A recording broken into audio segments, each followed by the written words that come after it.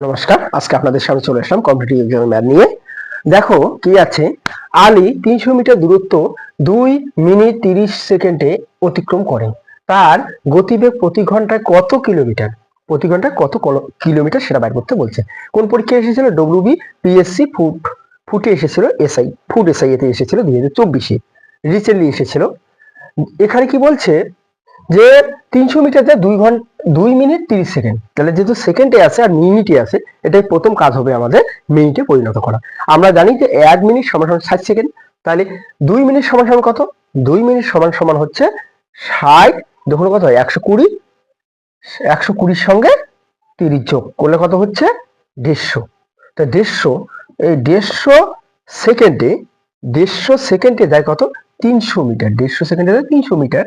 এবার কি করতে বলছে যে গতিবেগ প্রতি ঘন্টায়। তাহলে প্রতি ঘন্টা মানে কি?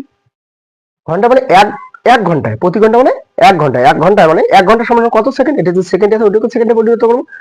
তাহলে 1 ঘন্টা সমান সমান কত সেকেন্ড? 3600 সেকেন্ড। তাহলে 3600 সেকেন্ড।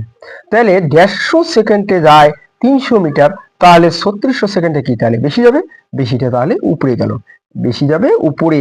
নিচে আসবে কত? 150 গুণন, এবার হচ্ছে 300, 300 লিখলাম।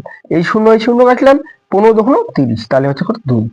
এই যে এবার 3600 2 দিয়ে গুণ করো, 3672, এই শূন্যটা 3672, এই দুটো শূন্য আছে, দুটো শূন্য বসে দিলাম। কিন্তু এটা কিসে বার হলো? এটা বার হলো মিটারে।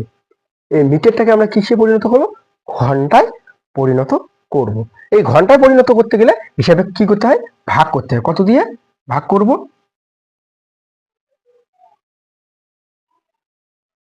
ভাগ করতে হবে তোমার হচ্ছে 1000 দিয়ে। 1000 দিয়ে, এই দুইটা শূন্য, এটা আর দুইটা শূন্য কাটো। আর এই এটা দিয়ে এবার তাহলে কত থাকতেছে? এটা দিয়ে এটাকে কাটো, তাহলে 5, এটা হচ্ছে কত? 36, কত হলো? 36।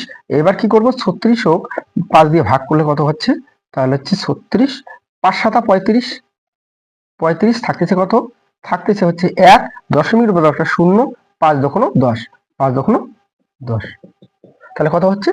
7.2। 7.2 কোথায় আছে? বি।